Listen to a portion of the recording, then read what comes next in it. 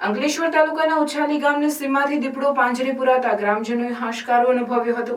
ગ્રામજનોને રજૂઆતના આધારે વન વિભાગ દ્વારા પાંજરું ગોઠવવામાં આવ્યું હતું। ભરૂચના ઝઘડિયા, વાલિયા અને નેત્રંગ સહિતના ટ્રાઇબલ વિસ્તારોમાં વન્યજીવોની હાજરી નોંધાયા બાદ હવે અંકલેશ્વરના શહેરી વિસ્તાર નજીક પણ વન્યજીવો આવી ચડતા હશે। ત્યારે અંકલેશ્વર નજીકના ઉછાલી ગામે દીપડો નજરે પડતા ગ્રામજનોમાં ફફડાટ ફેલાયો હતો। દીપડો દેખાતા આ અંગે ગ્રામજનો દ્વારા વન વિભાગને રજૂઆત કરવામાં આવી હતી, જેના પગલે વન વિભાગ દ્વારા ગામની સીમા પાંજરું ગોઠવવામાં આવ્યું હતું। આ પાંજરામાં દીપડો આજે સવારના સમયે આબાદ કેદ થયો હતો। દીપડો પાંજરે પુરાયો હોવાની વાત ફેલાતા તેને જોવા લોકોના ટોળા ઉમટ્યા હતા। તો આ તરફ વન વિભાગના અધિકારીઓ પણ આવી પહોંચી દીપડાને સુરક્ષિત જગ્યાએ છોડી મૂકવાની તજવીજ હાથ ધરી છે। અત્રે ઉલ્લેખનીય છે કે આજથી 4 દિવસ પૂર્વે પણ અંકલેશ્વરના જ ખરોડ ગામે દીપડો પાંજરે પુરાયો હતો। તો છેલ્લા 6 મહિનામાં 9 દીપડા પાંજરે પુરાયા છે। ત્યારે વન્યજીવોનું જંગલ વિસ્તાર છોડી શહેરી વિસ્તાર તરફ પ્રયાણ ચિંતાનું કારણ બન્યું છે।